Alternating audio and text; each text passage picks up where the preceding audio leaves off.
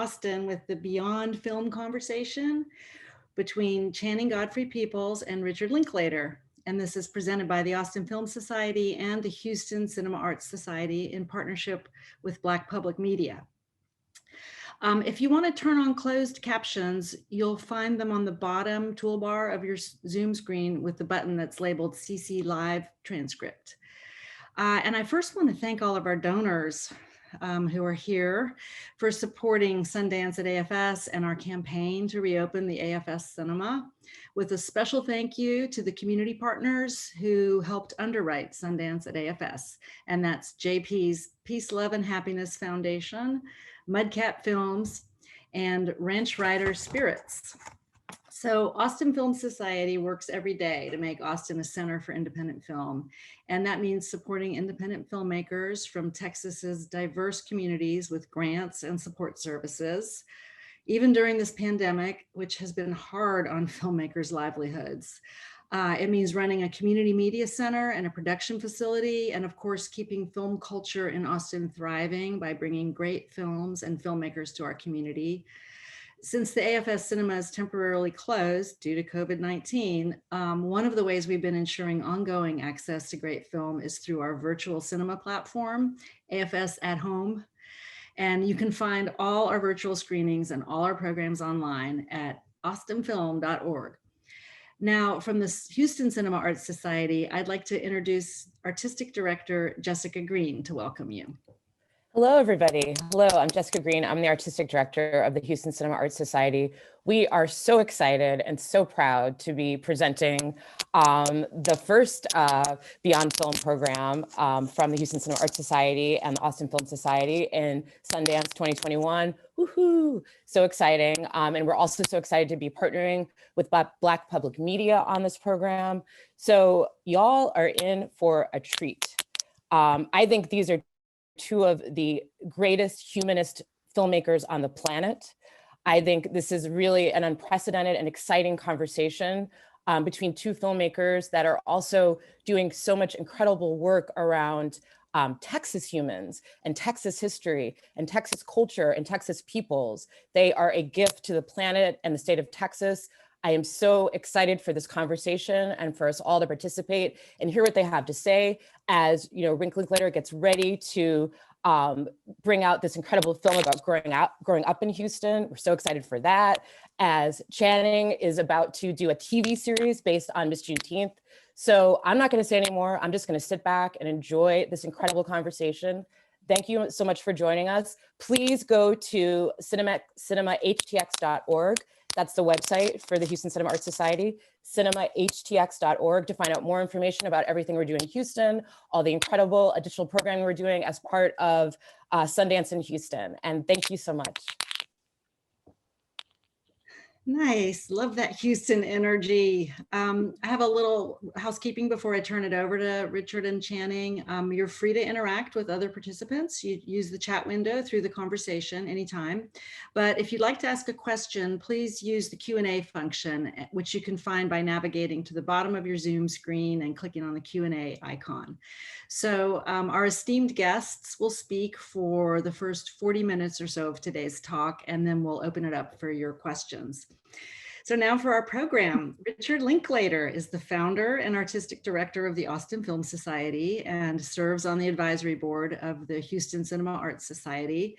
His film Slacker was selected for the 1991 Sundance Film Festival, so 30 Sundances ago.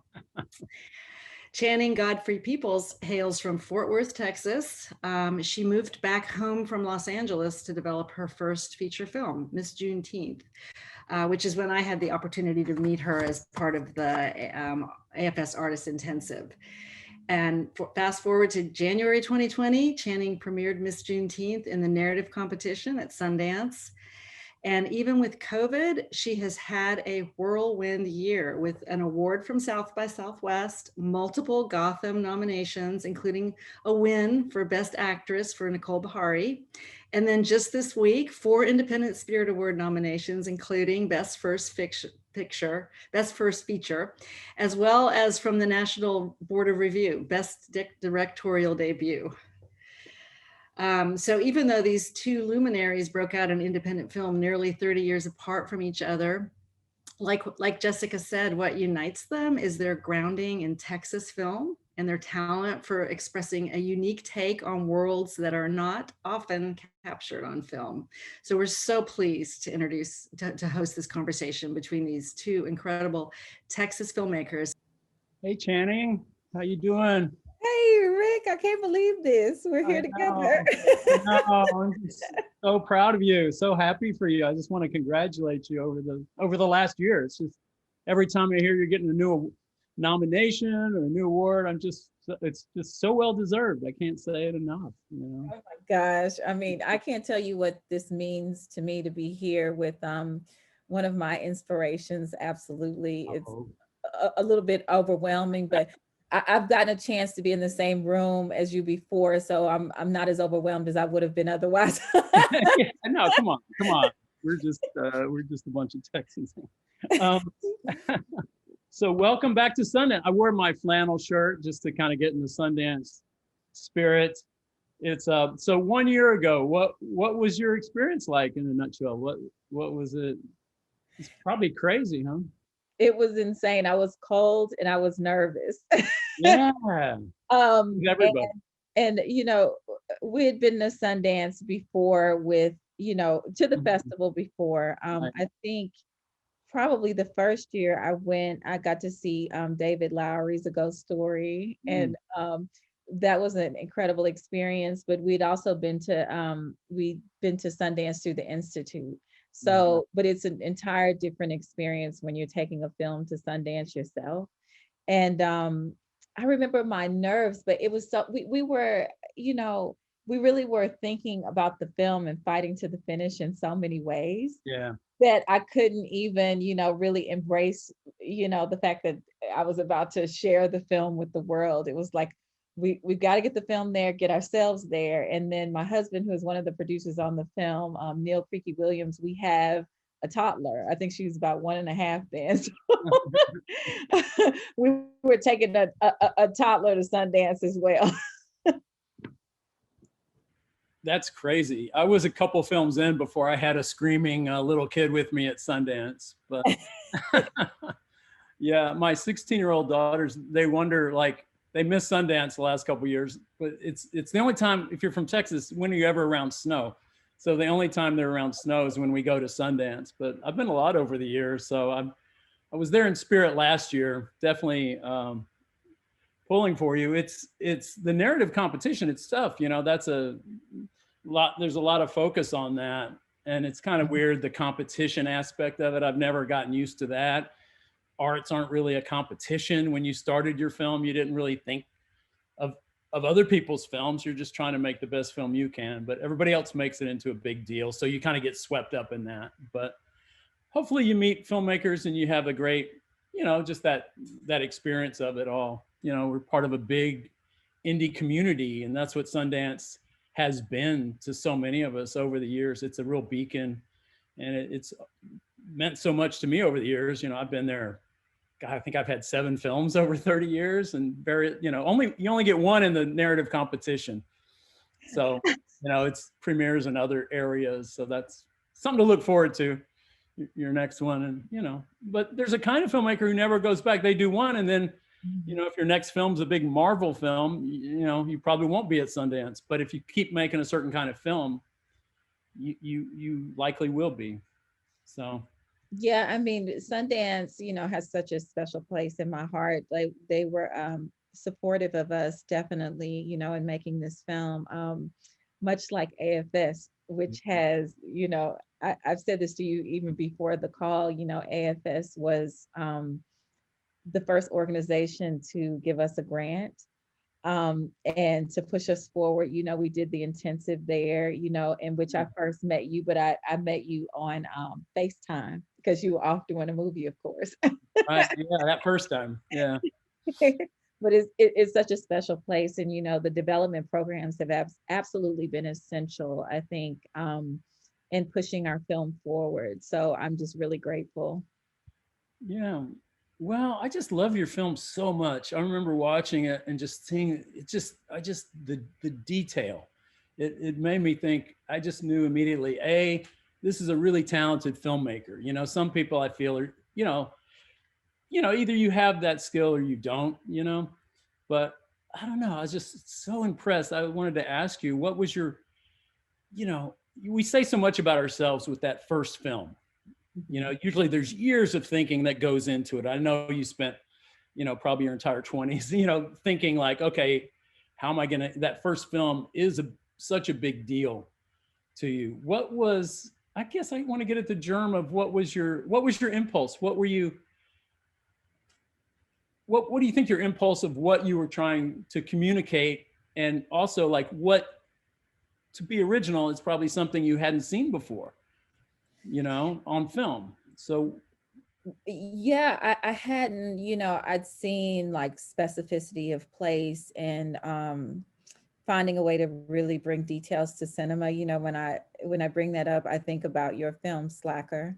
And I remember seeing it and being like, oh my gosh, like you can literally like capture atmosphere, on film. And it was, I think it was defining for me in that way because I really had come to Miss Juneteenth, I think, in a non-traditional way. I was inspired by the community in which we shot the film. And, little pieces start coming from everywhere.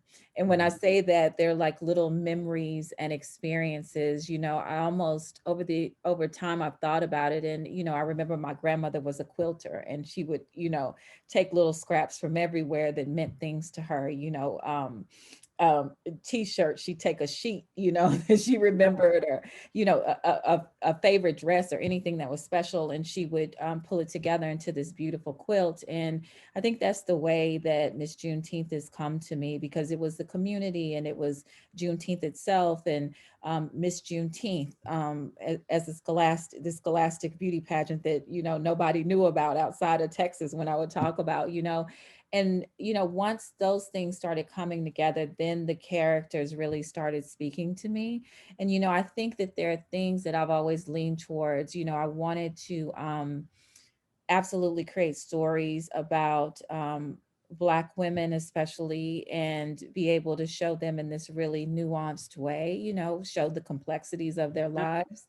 So, I lean towards that, but I also lean towards the mother-daughter aspect of it, just because, I was raised by, my mother was single for much of my life, so all of these pieces just start coming together, and I started crafting Miss Juneteenth.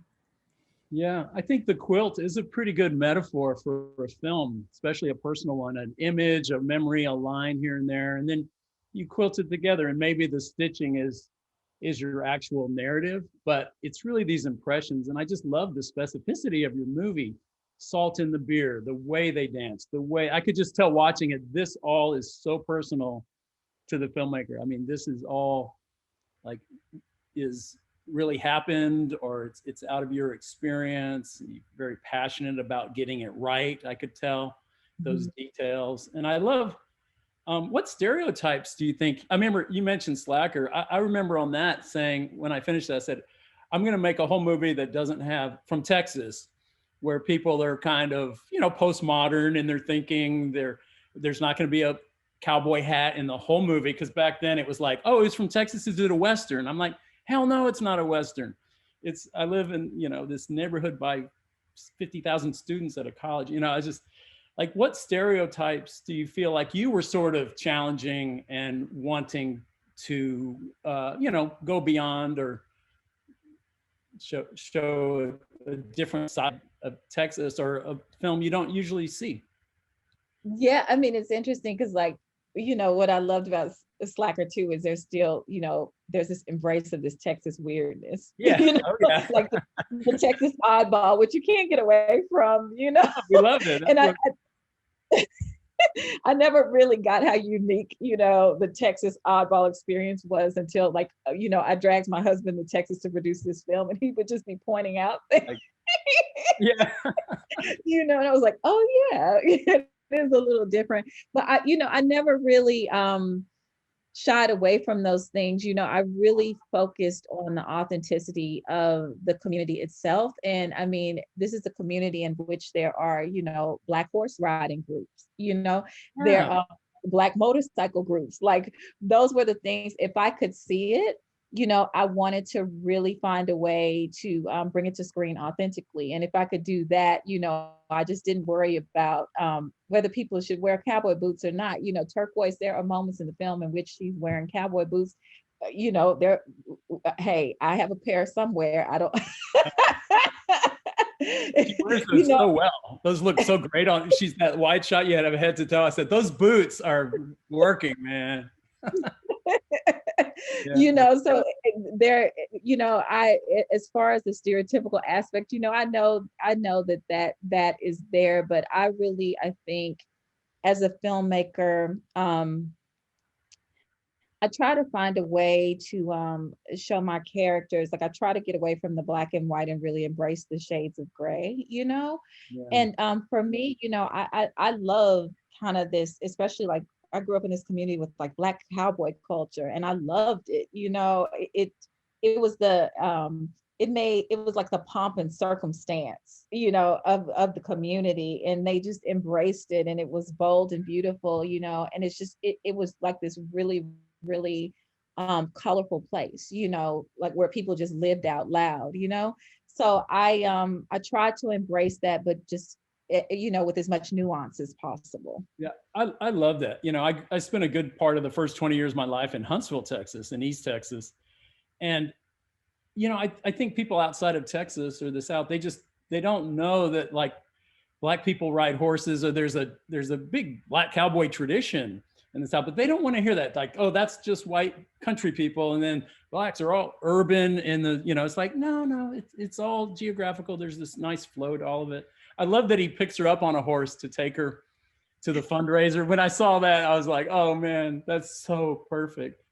I mean, one of the things that I really, when I'm in town and, the people feel like they watch the film and they're like, oh, this is made in this little country town, right? But it was actually shot in Fort Worth, which we know is, a major city. This major, I mean, and this particular community though feels like a small country town just because it's like this close-knit Black community where everybody knows everybody, and it's totally not foreign to be riding down the freeway and on the feeder roads. I know some people don't have feeder roads. We have roads on the side of the freeway where you can get on and off. But it's not foreign to see, people riding their horses alongside the feeder road, as you're on a major freeway, and I wanted to embrace that. I love it because you would think from the surface you are in a small town, but then you'll see and you'll see all these big buildings not that far away. So it's like, oh, we are in an urban area, but we're just in a community within that area. So yeah, absolutely, yeah.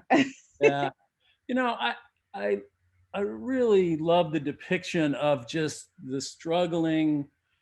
I mean, it was a no frills, such an honest portrait of just the struggles of working class. Like when she has those bills, rarely in movies do people struggle to pay for things. How it's always annoying. Everything's paid for, and it's never like, this is such a big deal in her life.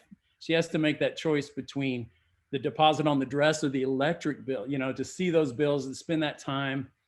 I mean, that's like real stuff. And I don't think people appreciate, or it's not the subject of enough. So many people live in that precarious. I grew up with a single mom. We struggled to pay bills. I knew that so well, that you're that close to just the life, being taken away. As meager as it is, it can still get worse.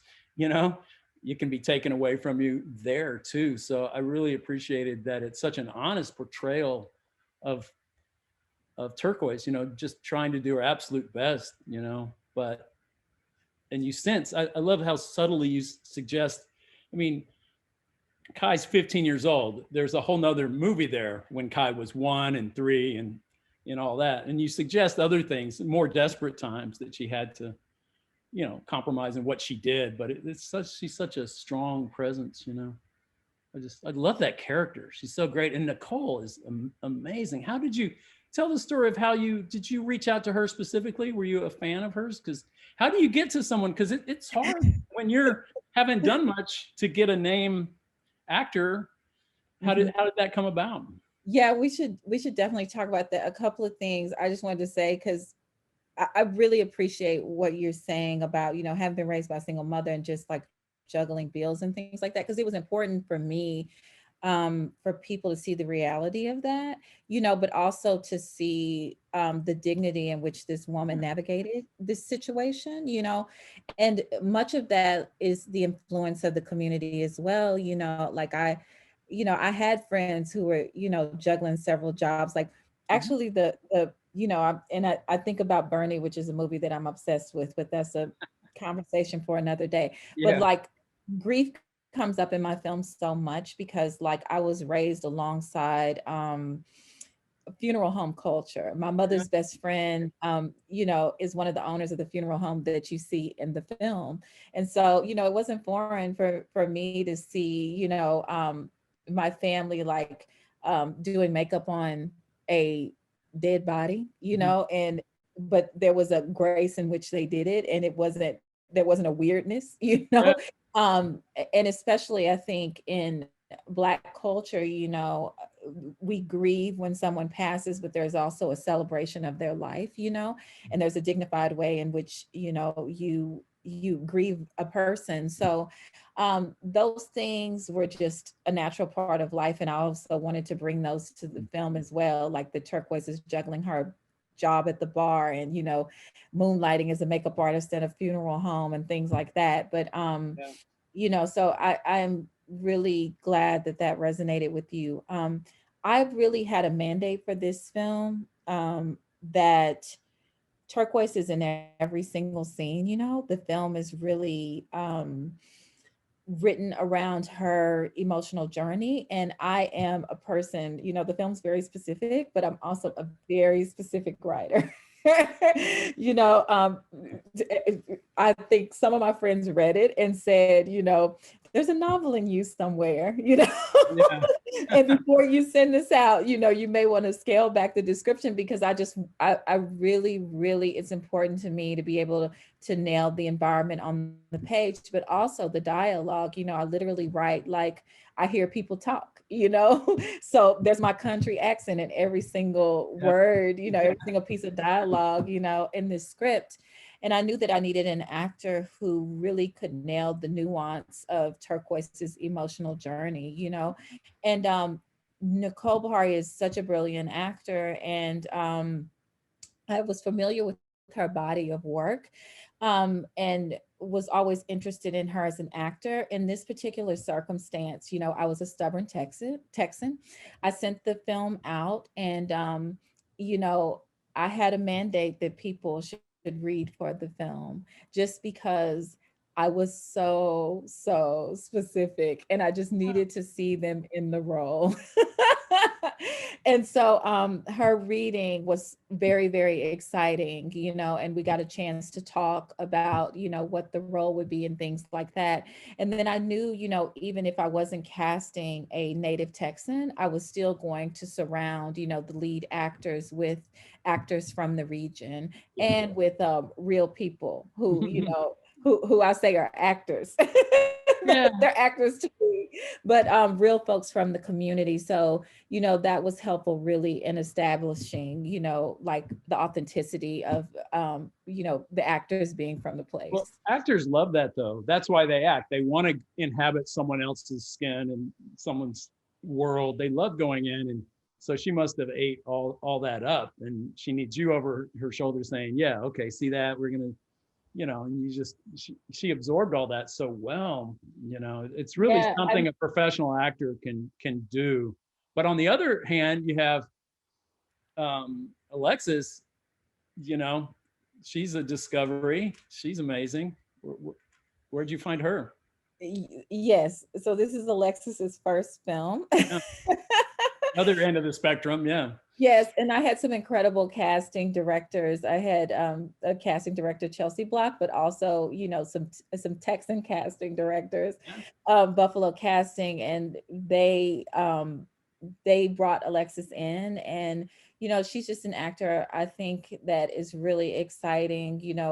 There were nerves, obviously. Like, I had worked with actors before in my shorts. I have my undergrad is in theater, so I tend to like actors who have a wealth of experience, because I feel like I can speak the language, coming from a theater background. But for a first timer, I was like, oh my goodness, I wasn't nervous for her because I think she's just so lovely and incredible. I was more concerned about me and my ability to bring it out in her. But I sat down with her before we ever shot the film, and we went through the entire script with me reading as turquoise, and I talked to her really in the same way that I talked to the other actors, really about my style as a director is very naturalistic and conversational. And I talked to her about pace and tone, but I didn't get into a lot of technical things because I just wanted her to be in the role. She's actually a teen from the area, and so she's from Texas, and so I was just like, we need as much of you in the film as we can. So she's wonderful. Yeah. I would think is she going to pursue it more? I think your film would maybe give her those opportunities, but I hope so. An actor's got to want it, though. You can't do it for them. They've got to want it really bad. Absolutely. She's just been nominated for a Spirit Award as well, so she should give it a go. She's also she's at Howard University now. So I think that's wonderful. I want her to realize whatever dreams that she has, but I love the idea that she'll also be immersing herself and studying as well. So she did get the scholarship after all? No. I love that. Something. I love that she didn't win, by the way. I really love that she didn't win the competition. As Turquoise says, even when she won, people like me don't win. I just think that would have been so easy. I don't know. It's like, I think 9 out of 10 films would have had her win somehow. And even though she did great, I loved her interpretation of that poem. Very different than her mom's. It's her. It's a spiritual and wonderful breakthrough for her, but ultimately her heart wasn't in, it's something she got something out of, but it's kind of great she doesn't win. Life, there's few winners in that regard. Yeah, I don't know what the process is for you. I'm so curious. Like, I did not want that to happen. Like, because I, as a writer, like I initially, when I got on this path, I wanted to be an actor. I got interested in community. I was interested in community theater, the community in which I grew up. Like, my mom was into the arts, and she would take us to this small theater called Sojourner Truth that she helped, she helped like put on productions and things like that. And that's how I came to this. I came to storytelling, really. And I literally, decided early on, I was like, oh, I could be an actor. I would want to be an actor, and once I kind of got into that, I started seeing that the roles that I kind of saw in my head, I didn't see them for Black women in particular. And I saw those roles, I think, because I was really like into literature, like Toni Morrison and Gloria Naylor and Alice Walker, and I saw, I would read those books and they would be so cinematic. I was like, those are the roles I imagined, but I wasn't really seeing them available. And so I started, I was always writing, and I was like, I think I could do that. I think I could create those kind of opportunities. So as a writer, with that acting background, I really write from inside out, like I literally am thinking for all of the characters. And even when I go in and do my blocking, I have to walk through. I love it. As the character. So I really have this inside out perspective. So that moment where where Kai did not win, I did not want it to happen, but I was so immersed, and it was just something like, she's not going to win. She's not going to win. I was like, Channing, please don't write it, and then my hands are going before I can say no. I'm so curious about what that process is for you.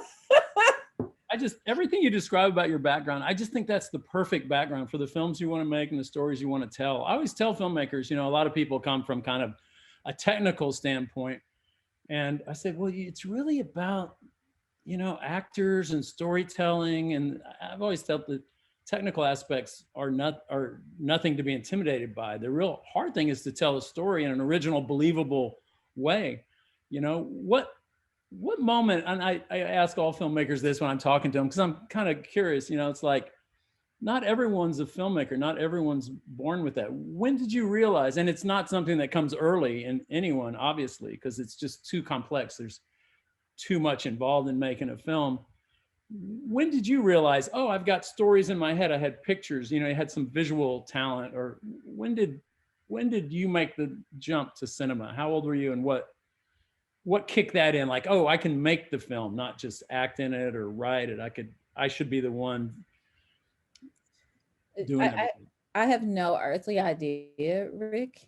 I knew that, you know, there's some things when I think back, like, you know, my mother talks about me writing poems and drawing on the wall, much to her chagrin.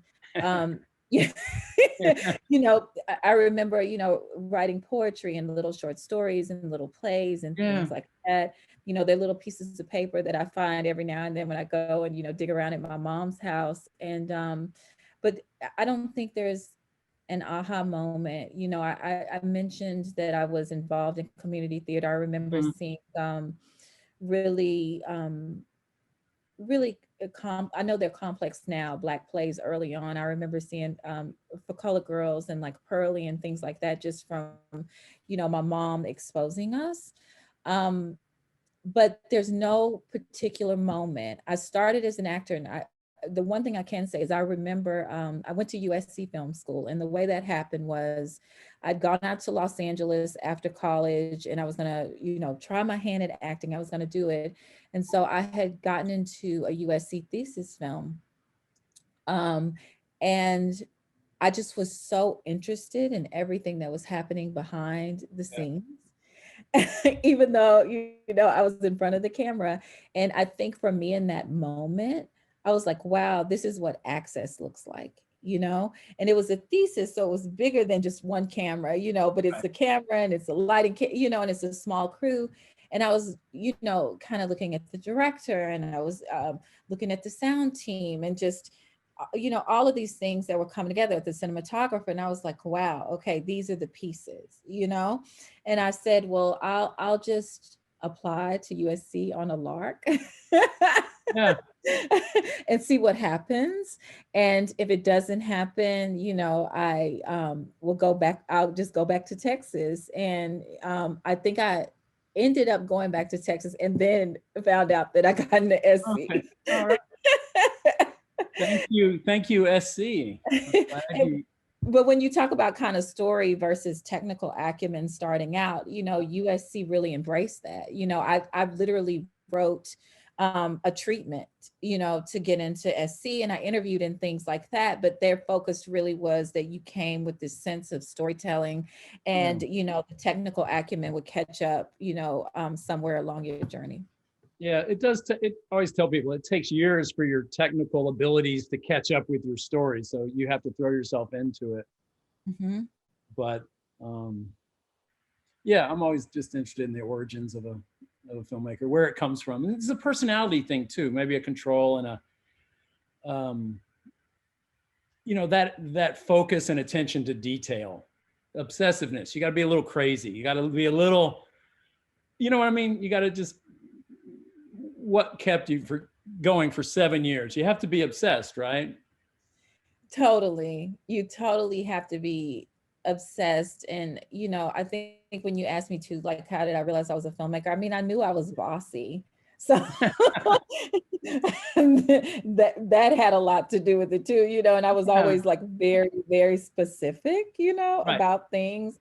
And now I get what an asset that is for a director, you know. You can get away with it. They say, well, they're bossy. Well, they're a director. They're supposed to be. I always go, I'm not bossy. I just know exactly what everyone should be doing and how it should be. That's yes. Yes. I think the one thing that I neglected, which I've discovered in making a film that's so personal, is just how vulnerable you have to be. Because I've always, you know, in my writing, I've always allowed myself to be vulnerable, but now, you know, you're on the world stage, you know, people are seeing your film, you know, and you're laying yourself bare. And so that was something to get used to. You Yeah, know? well, congrats for getting through that gauntlet. Because that first film, I just remember I had made a couple of films, but really just so alone. But the first time I was working, even with a small crew and some other people, I felt really challenged.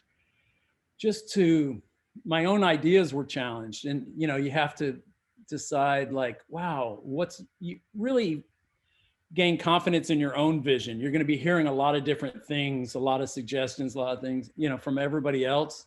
I remember even showing a rough cut to people, and two of my best friends, one would say, well, you've got to cut that scene. I'm like, why? Oh, well, it just doesn't work at all. I'm like, really? I kind of, and someone else goes, oh no, that scene's great. That's my favorite scene in the movie. So you're like, okay, I don't want to hear what, you know, I'm just going to do what I think works. You know, it's getting your own, I guess, confidence in your own vision in the real world. And yet, because you're not that experienced, you know, it's such a collaborative medium too, obviously. So, you know, on one hand, it's very full of ego. You're telling your story with all these people's time and effort, and yet it's kind of egoless too. You can't take anything personal. You know, it's a real dance of personality to get through that, pull it off, and come out of it with exactly what you had in your head. I think a lot films can go wrong a lot of ways, and I think they can only go right kind of one way. Yes, absolutely. Like I wish I'd had this talk with you actually before I Oh. made this film, because, you know, I discovered that, you know, I've always been stubborn about certain things, especially about the work, you know. But I think I've had the luxury, you know, you can call it the luxury. It took us 7 years to get the film made, you know. But I'd also, that was a luxury in a sense because I'd been able to to sit with the script, you know, and the script gave me an opportunity to feel really comfortable on set, you know. And I kind of harken back to the intensive at AFS when y'all give us the opportunity to, you know, have a reading of the script. And, you know, that I use the script almost as the Bible. And I, you know, I definitely am a filmmaker that I stick closely to the script, to be honest. I believe in having magic moments. I know that I love to, you know, those little moments where actors just kind of, you know, those human moments where they just Yeah. sit in the moment. But I also believe, you know, I wanted every bit of dialogue. If I could, just because I had been with it for so long, you know, and the script gave me a sense of confidence, you know, but I was still finding, you know, um, I was still finding, I think, you know, my confidence in my ability to embrace being stubborn, if that makes sense. Yeah. Yeah. I was still owning that. And yet when an actor, when it's not working, sometimes it is a line or a word here and there or something. They're not, you know, it's always a sculpture in progress, isn't it, of some kind. So, well, whatever you did right. The actors are they're so wonderful. It's so like, feels so organic. I loved her relationship with the two guys. You know, I mean, you know, it's mostly Ronnie, but, you know, Kai's father, but it's also this other guy, you know, she handles that so well. Like Nicole has this kind of, I don't know, allure. I like that too, to show kind of the sensuality of her, the way that's just a part of her life, you know, she has that allure. Yeah, totally. I mean, I think, you know, it's when I talk about, you know, wanting to create stories that are centered on Black women, I didn't think that there were enough stories about Black women and stories that embrace their sensuality. You know, and I talk about kind of this nuanced way in being able to portray them. Like I wanted to tell stories about Black women in their full lives, you know, fully fleshed out lives, you know, Yeah. on screen. And so that was important to me, to be able to see. And I knew I was telling a story in which a woman ultimately ends up choosing herself, you know. But in the meantime, you know, it's not by chance, you know, she has choices, you know, but she comes to this she may not know along the journey, but she eventually comes to this in the film. Yeah, no, it's wonderful. I like that Ronnie gets busted. It's such a, you know, the cliche would be, oh, he's dealing crack or something like that. He gets busted for such a, what is it? They killed an alligator or something. Yeah, I mean, I had friends who got busted like cattle rustling. It just feels like a Southern kind of a small time, you know, not a typical thing you get thrown in jail for. yeah, and especially I think, you know, it also speaks to Ronnie being a Black man, and Oh you yeah. know, having gone to jail for, you know, not to diminish the alligator, but you know, what is his worth? And it also, you know, he talks about, there's a line about, they're talking about making me work it off down in the fields like in slave days, and Oh yeah. those are all real things. So, you know, Yeah, those your movie, it hints at such bigger issues. I mean, it's all about her life, this family, but I love it's so layered. There's so many echoes of much bigger, you know, social concerns and real issues hover everywhere around it. Obviously, you know what it's about. I just loved it. I mean, there's a long, it- the resilience, the legacy, you know, just, well, even the notion of Juneteenth, you know, like I said, I grew up in East Texas, so I knew what Juneteenth was, you know, it was a big celebration, but I didn't really know it was that well known out of Texas until I guess I started hearing more about it in the last couple decades. But is it going to be a national holiday soon? I hope so. I Should be. mean, um, you know, there's an incredible community of people working, especially led by this woman in Fort Worth, Opal Yeah. Lee, Mrs. Opal Lee, and um, she is 90 plus years young, you know, Yeah, and she's carried the torch forever, you know, in order to make that happen. So, you know, I hope so. I But like I that think, it's embraced. It seems to be embraced. Like I thought, oh, that's just a thing that happened in Texas, but there's something kind of beautiful about it. You know, I think that has national resonance. Like, let's not celebrate until everybody is free. You know, yes, it's 2.5 years after the Emancipation Proclamation, which was a political act, and you know, it's part of a war strategy. But it was the actual moment where everyone, and even though there were a couple other places that there were slaves a little longer, but it just seems like that is the moment to celebrate, to make a clear national holiday about. So well, I totally agree with you. Totally. I was just gonna say too, you know, one of the things I think that's always just inspired me as a filmmaker about your work is you were talking about themes earlier and how the film speaks to themes. And that is one of the things that I've taken from your work is, you know, trying to find a way to speak to those big themes while also representing the humanities of the humanity of the characters. And that's always just when I've studied your films, that's always what I've tried to take away with me and tried to take away even to find a way to infuse in my work.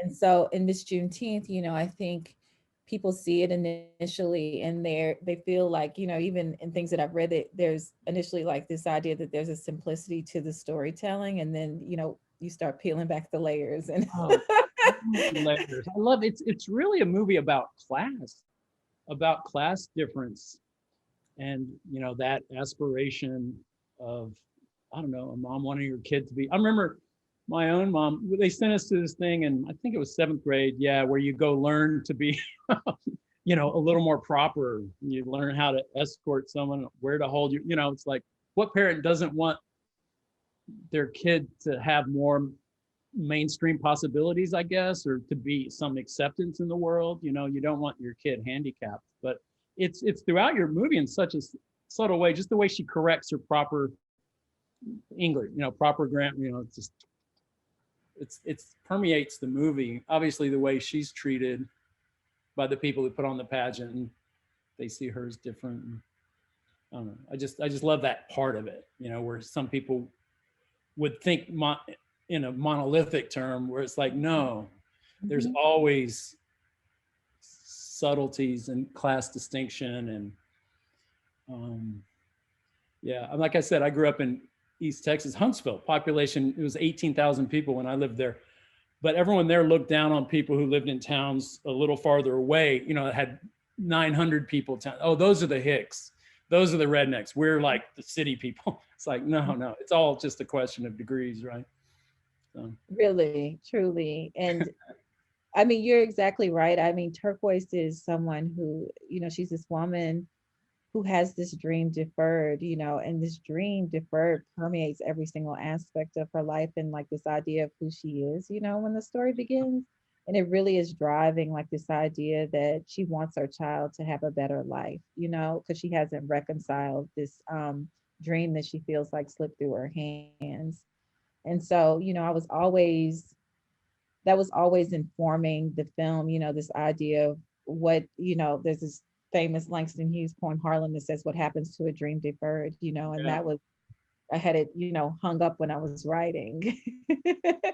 You know, my influences come from so many places, but it was important to me, you know, to find a way for Turquoise to reconcile this dream and this story, and also find a way for her daughter to be able to embrace, you know, who she's starting to become, you know, or find find a dream for herself. Yeah, I don't know. It's like Maya Angelou, she hovers over the whole movie, not just the poem, but wasn't she was a teenage mom, right? It really, she had her own deferred dreams. She had desperation. And, you know, I think you get a little older and you realize, like, how old is Nicole in the movie? Early 30s? Early-ish 30s? Yeah, Three, she's scripted as 34. Yeah, you realize it's a long life, you know. Everyone has different roadblocks put ahead of them or different cards dealt to them, but you know, I think this would make a good, I don't know where you're at with it, but you know, there's talk of, oh, it could be a TV series, but I really think it could, you know, like, I don't know. I think there's so much there, you know. So are you working on that? Not to segue into what you're doing next, but it just thought, well, there is so much there in that story, and it's, I don't know, it's the stuff of a really good ongoing exploration, maybe. Yeah, I mean, so I am working on a television adaptation of Miss Juneteenth. I got really, you know, I know the world so well, you know, because I'm from this particular community, but what I discovered, and, you know, my husband was a partner in developing the film, and we went down and, you know, like volunteered for the Juneteenth community committees and things like that. You know, they put us to work. And so we got really, you know, invested in what like these Black pageants, or this particular Black pageant, means, you know, for this world, and what Juneteenth means for this world. And so, you know, I think that there's a way to, you know, continue that conversation. And we're really early in, like, I'm working with the UCP, you know, on this adaptation, but it's also other stories I want to tell. So I recently signed a first look deal with them, which is I'm incredibly grateful for, you know, because there's so many stories, you know, that I have in my head that I want to get out into the world. Yeah. I mean, how do you see your future? Like, I feel like I see, oh, it's such a personal film. It's such a clear personal expression. So I would imagine you have a deep well of stories there, but do you also, what do you see yourself, maybe you said all these great novels you've read, you know, the ones that inspired you, could you find your way into a story that maybe doesn't originate with you, but you feel like you're the only one who could tell it? You know what I mean? Or you're the right person to tell it? Because that, I don't ever suggest a filmmaker jump into that too quickly. I think you should really explore your own stories for as long as you did. But it was somewhere along the way, like my fifth film or so, I kind of went, there was a story out there. I was like, oh, I want to make a film of that. I feel like that's my story. So I found my way into other stories that didn't necessarily originate with me, but I felt they were mine, you know, so. Yeah, you know, over time when I've seen you speak about things, I remember you speaking about something once and saying that and I'm paraphrasing here and I'm probably going to misquote you, but you know, your films are different aspects, have different aspects of yourself, you know? So I need to take that advice from you. Because what I do know is, you know, I want to continue to make very personal stories, you know, in which I have a way in and, you know, can specifically tell them. So, but yes, I love that you said like your fifth film was when you felt like you could expand a bit. I felt confident enough in a way, like, oh, now I can do it. I think my skill set is such I could put myself out there and start taking that on. But it wasn't first. But everyone's different. Some people are ready from that for the very jump. There's a kind of director who doesn't invent. Some of the best directors ever never. They don't generate their own stories. It's more of a formal ability and a storytelling ability, obviously, but you know, everybody's coming from a different place. But I just recognize you as the consummate writer, director, personal filmmaker that I just recognize it and appreciate, you know, my favorite kind. So I know that I take things very seriously and I always have like this great sense of responsibility in how I say things, you know? And so I think, you know, I probably will be telling my stories very specifically for a while. You know, maybe we'll come back and we'll talk later and I'll say, oh, Rick, I understand exactly what you mean about finding that confidence on your fifth film. But I've got to get to my fifth film. Yeah. You know, I want a Rick Linklater career. Well,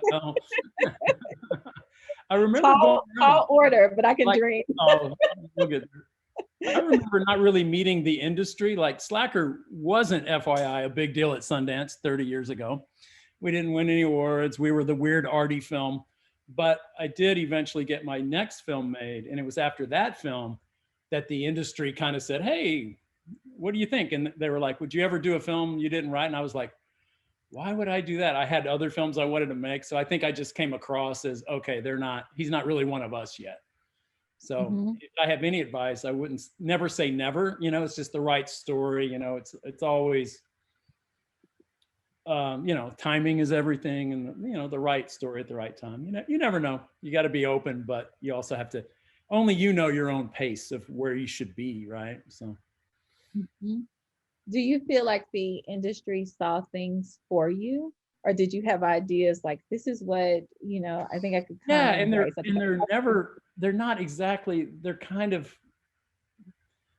the external of what you've done that they think you can maybe do again or something, but they're not the internal, you know? So it's like, oh, you get offered another teen movie or another something, you know, but it's not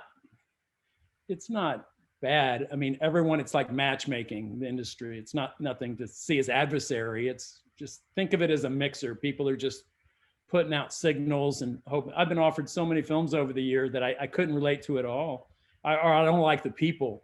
And then someone else does it and makes a huge movie out of it. And I go, well, they're the right director for it. I didn't like those people, or I didn't understand them, or it wasn't for me, but it's nice to be asked, I guess. So it's good to be in that category of people who think you can, you know, make a film. So let me ask you really quick, your process, like when you start, like I just, you know, I know we don't have enough time, but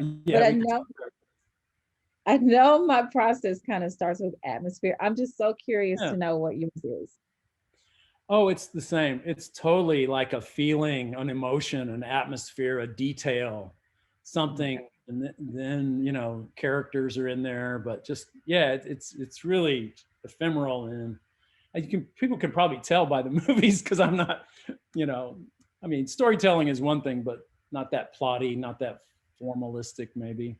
And the narrative more flowing. So, I mean, it's a challenge, you know, you're always confronting audience expectations. They've been so kind of inundated with formulas, and, you know, you almost have to teach an audience to fully appreciate, or you just have to appreciate it when they do. Did you feel that at Sundance last year, or with your own movie? Do people like, oh, it's a small film? I always got this, oh, it's a small, you know, it's not, you didn't throttle me in my seat and my heart didn't race I didn't feel there was a lot of enough conflict, you know, like, it's like, well, life doesn't always give people that. What you're trying to do is it's challenging, you know, it is, but There was definitely that. It was a small film, you know, yeah, small, the what the hell stakes does that weren't mean? high enough, which, you know, I immediately was like, no. Thanks That's where couldn't the be stubborn higher. filmmaker comes in.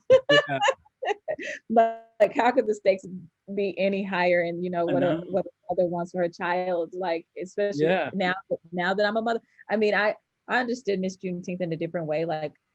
Like I wrote it really, I think, from having watched my mother, you know, sure. navigate her dreams in raising children. And Mhm. then, you know, like, of course, right around the time I found out we were going to be able to make the film, I'm pregnant and I end up having a daughter, you know, and I understood it uniquely in a different way, you know. And that's why I think, you know, your film Boyhood is so special to me, because Oh, even thank if when I've heard you, it's special to me because of the film that it is. And I just think it's so brave, and as a filmmaker, like to even sit down and be able to imagine that you could do that, you know. Um, but also in hearing you talk about it, you know, as you know, embracing that film as a parent, you know, and wanting to make a film about childhood. I mean, I felt similar in the sense that when I became a mom, you know, I saw Miss Juneteenth in a completely different way. I was like, oh, okay, now, you know, I've written this from this place, this well, I don't even know where it all comes from, but now that I became a mom, I understand Turquoise's both her joy and her terror. You know, this joy and this bond that she has with her daughter, yeah, but this terror and wanting to just, you know, wrap her arms around her and her wanting for her daughter to have a better life, because I experienced both those things when I became a mom. And that's why I was insistent on, you know, even in directing the actors, I would jump in, you know, and say, hey, whatever we do, you know, in this scene, we've got to find a way to bring the joy into it, you know, like the yeah, tough love version is already on paper. I get that, but we've got to have the joy. yeah, yeah. That there's such a bedrock of love that's just unquestionable, and you're that close to the joy, but you still have to do your job, you know. So, yeah, for me, Boyhood was a depiction of people who had a kid. You know, they had kids young before they were really ready, sort of like, and it does affect the parent's life pretty significantly. I always say, if I would become a dad at 22 instead of 32, my life, I wouldn't be here. You know, I think, and I don't, I just realistically, if I would have been a responsible dad, I don't think I would have been able to get there with all the time that it took to really learn and do what I had to do. You know, like I spent a decade pretty mono-focused on movies to be able to do it. So I, in my generation, it was all the parents kind of had this seething resentment of their kids that they had at 19 and 20 because it kept them from realizing their dreams. That hovered over my own life. And so that's always that's an interesting thing to depict, you know, Mm-hmm. feel that in, but I don't think Turquoise never really goes there. She never really seems to blame, you know what I mean? It's not like, I don't know, I never feel resentment. I feel, but that's a complex relationship, your own dreams and how this person jumped in there, you know? Yeah, I mean, there's definitely that version of the story, you know, in A which whole a nother, parent, that's in there that's somewhere, those early years. a whole nother movie. You know, Yeah, I think that there's some of that in her own relationship with her mom, you know, and so Turquoise is taking an opposite direction in that way, and you know, decided to pour love into her daughter in a, you know, in which she didn't feel, you know, she didn't feel the support that she felt like she needed, you know, and so now she's gonna give that to her daughter. yeah. I don't want to bag on parenting too young. I've actually heard Francis Coppola, no one, his advice to filmmakers is have kids, then you have to get a job and you have to, but he was in a slightly different position, I think, to have to do things to make money. I think most people aren't in that position. So I No, it's still so say, right. Like we joked that my daughter knew when to come, you know, yeah, because like my husband and I have been starving artists. I mean, we're still starving artists to a yeah, certain sure. extent. Yeah, of course. we're just rounding the corner on that. But it was, we had really lived to be filmmakers, and then when she came, I just like, I remember that immediate, but she came, she came at a good time, and Yeah. he was really incredible because after you have, you have a newborn there, and the newborn does nothing but need you, and it's like, okay, now I'm gonna go make this movie, and he was like, we're doing it, and then it gave me, I was like, okay, we're doing it, so there was so much of the movie where any little money we made, we paid someone to just hold her so that I could run back in between takes and breastfeed, and then, or if they couldn't that day, she's like in the baby carrier. So I'm sure that actors have interesting anecdotes about being on set. With you with the baby. But there's something so beautiful about that. Something kind of appropriate, heroic, all the above. But yeah, I'm just glad. Timing is everything. That was the right time. Had you had your daughter 10 years before, or even 5 years before, like you're saying, might be in a different position. You don't know. So. Totally. And like your beautiful daughter, she's in my film at the end. She's not, she had a little cameo. She didn't have a baby. She's a little baby with the crown on her head. So I said she's already had a first role. Yeah. You can't help but do that, right? You want to sprinkle throughout. Just, it's a good spiritual connection. It is, and we're putting our kids to work. We filmmakers. Yeah, got some stuff for you to be doing here. Yeah, so yeah, that's fun. So, wow, were we supposed to answer some questions from anyone? I forget. I don't know. Yeah, we've got some questions, you guys. This is Holly. Not that we couldn't keep talking. I just thought, oh. Are we selfish? Does anyone have anything they want from us besides? We've got so many questions. Otherwise, I wouldn't interrupt you, but we've got a ton. So Channing, a practical question for you. Knowing that it took 7 years to make the film, what kept you going? How did you keep moving forward? What were the ways that you guys sustained yourselves? And how did you keep the faith? Oh my goodness, there's so many answers to that question. This organization, AFS, is, a big part of why we were able to sustain, because we went through development programs and they were able to give us things like grants, but we did everything. We did freelance work. We had a very, very low standard of living, and when I say we, I'm talking about my husband, who's my creative partner as well, but we moved back to Texas and just said that we were gonna, plant our feet in. Every year it felt like we're gonna make the film, and then something would happen in which, we felt like we could see the film with a higher production value. We ended up partnering with some producers who do bigger and smaller films called Sailor Bear. And they're, were our wonderful partners on this film. And then we got into AFS, and then San Francisco Film and Sundance, and there were little breadcrumbs along the way, to keep us going. But I think at the heart of it, I literally was, back in Fort Worth. I would go back and forth into the community in which I had based the film. And that was such a huge inspiration for me, the people themselves, and they were proud of me, whether, I made the film or not. I had made my thesis film in this community, and, to them, they would, I was already a big time director to them, and that my thesis film was called Red, and they would call me Red, And so that would keep me going, because I just believe so much that this community and the people in it, I wanted to see them on screen. So that's what I think was driving me. So another one, this one about Juneteenth for you, Channing. Can you talk about what was important for you to represent as part of the holiday, and what elements of Juneteenth did you want to make sure were represented in the film?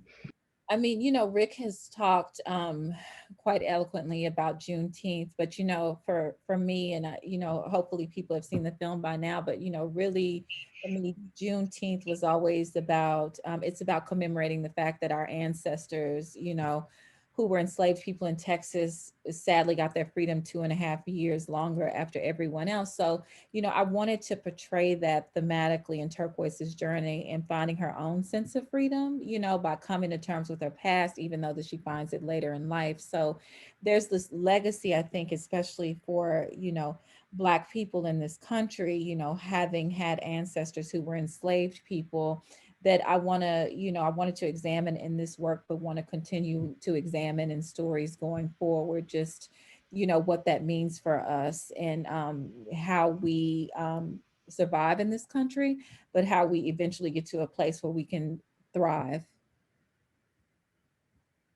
This one's for you both, and it's about representing young people in your movies. How do you write for a period of life that either is far away from you as a young person, or maybe even an old person who you haven't experienced? And yeah, how do you do that?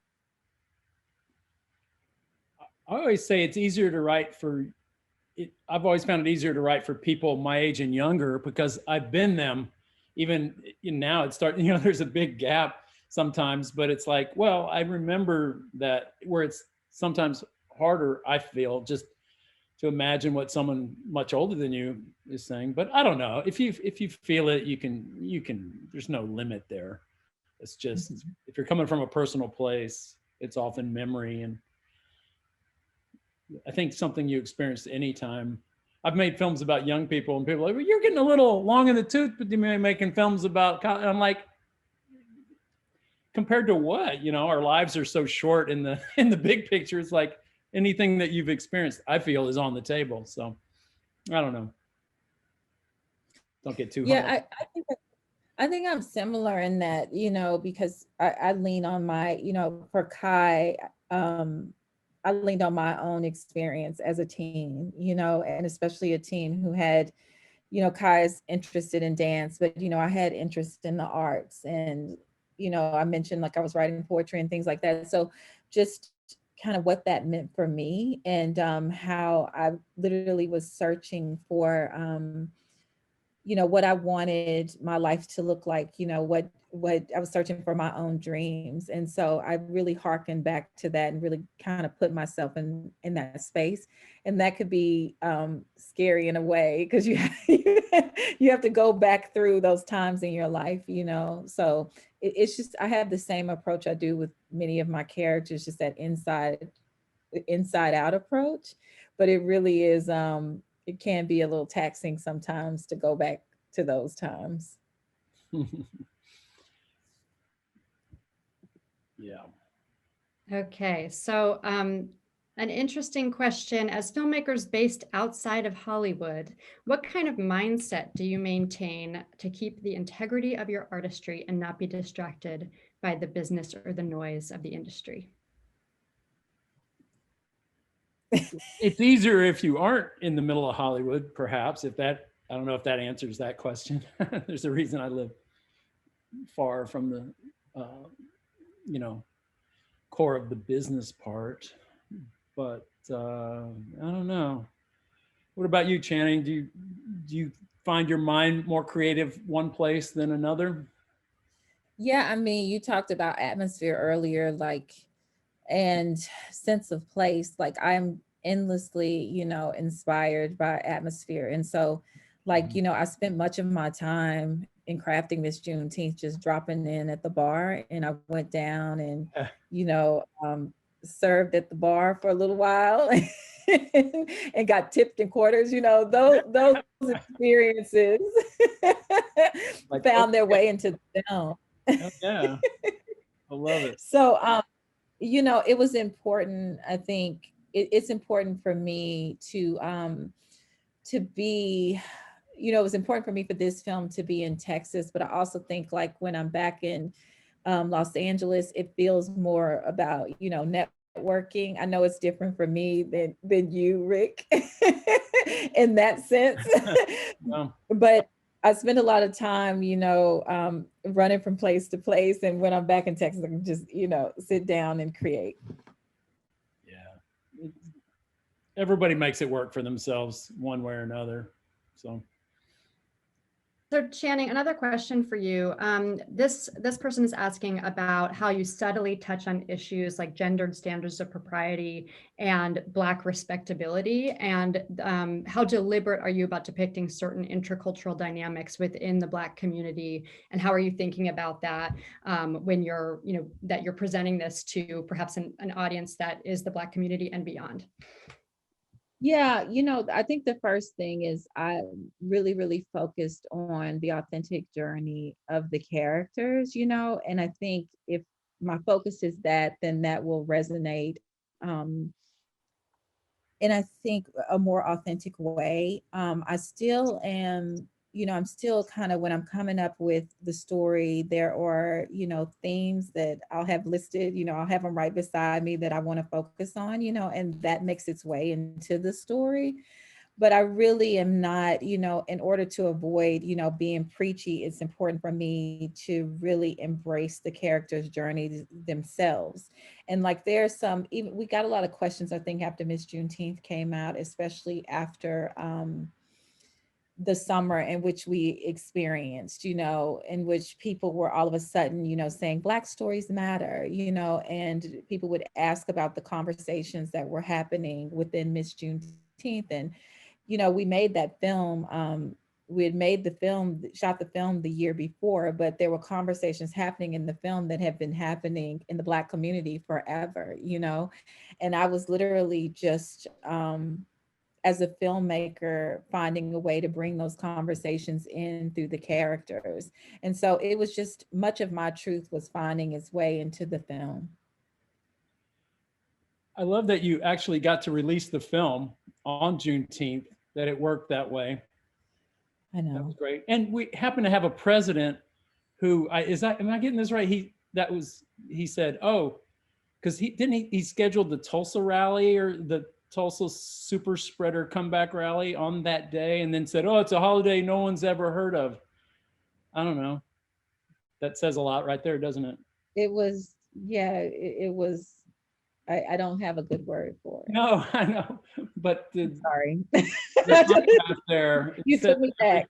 That it says everything that nobody in the whole administration, the whole lineup had any, I mean, it's like, wow, that says so much right there. Anyway, I appreciated at the time you came out, conversations that I was hearing about it. I don't know. I thought it was good timing.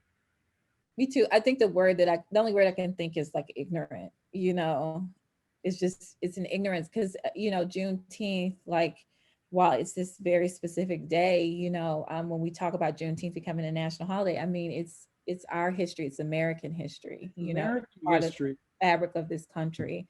So it's still, we would, when we talk about, the 7 years in which we were pushing the film up the hill, my husband and I, we would split up duties when we pitched the film. He'd do the heavy lifting of explaining what Juneteenth was, and then I could come in, after that was explained, and talk about what the story was about, So it was an interesting time in which to release the film, because, people have been so unfamiliar with it, and all of a sudden Juneteenth is in the zeitgeist, so I don't know. It's obviously very unfortunate in the way that people did become familiar with it, but I am just, I am pleased that more people know about it, because it's a part of American history. Yeah, I don't want to sound corny, but I think, yeah, it is an American thing, but as a white person, it's an unburdening too, to that date, obviously huge for Texas slaves, and we're proud, it's a Texas thing. We're proud of Galveston, and it's Texas, but it is everybody. And it's the day, if you weren't Black, if you were living in New York or Connecticut or anywhere, that the society you're in, the product you just bought, everything, your whole life is no longer has that moral burden of being produced so immorally, so it's an unburdening for everyone. One is, slavery, but the other is just, it's a good first step that I think like our country hasn't even taken, obviously, so it's a good start. Let's get Harriet on the 20. Let's have Juneteenth Juneteenth as a national holiday, and you know, it's part of this beginning we're at. So I don't know. I think it's encouraging. No, I mean, you just jogged my memory of something. I actually, the parade that you see in the film that's depicted as Juneteenth. So there's this particular community in Fort Worth called Como, and it's a historically Black community. And they do this huge, like humongous, like it's actually a July 4th parade, like, and Black people come all over to this parade. Well, we repurposed this particular parade because of schedule for Juneteenth. Oh yeah. So that was entirely appropriate for this film. Yeah, yeah. So we're running out of time, but we're going to try to get to a few more. And I'm going to sort of combine a bunch of the questions into one. It sounds like we've got a lot of emerging filmmakers and recent graduates who are curious about what advice you have for emerging filmmakers. And so there's questions about both your advice about writing and what would you tell a young filmmaker, and what is the advice that you often give when you meet somebody who's just starting out? Wow. I don't know if this question's changed over 30 years, in my 30 years now of being asked that or asking that question. You know, there's some perennials there. It's definitely a different landscape a young filmmaker stepping out to. But here, I'll just jump in first. My advice is to do exactly what Channing has done. Tell your own story that's very personal. The only way you're going to stand out and be unique and original is to be personal, to say something that only you can say, you know? So I like this, the personal. That's my advice, you know, but everyone's different. Everyone's trying to tell, you know, those who are leaning that direction will go that direction. I don't know. It's always tough. And you'll agree with this. Patience, you know, it's going to take twice, maybe 5 times longer than you ever think. And, you know, the only thing that's going to get you through is that kind of focus and belief and confidence. And I don't know what got you through. You just got to be obsessed. You got to, I don't know. It's such a privilege to get to make a movie. I feel every time I do a movie, every morning I just go, I can't believe I'm getting to do this. I don't know. So if you're so lucky to get in that position, it's not your birthright to get to make films. It really isn't, you know, so. Everything you've said, I was definitely obsessed. I wouldn't let it go. I couldn't see myself doing anything else. I was so, you know, once the story, we got the bones of the story down, I was like, yes, I have to see this story made, you know, and there was just, you know, nothing else I could do. I saw myself doing, you know, even when I talk, you know, someone asked earlier, how did you sustain yourself? And I talked about freelance jobs and everything. We always saw those as temporary, you know. Yeah. We were going to make this story eventually. I think the only thing I would add to that is, you know, I really, you know, Neil is my creative partner. We met in film school, and that was absolutely an important part of my journey.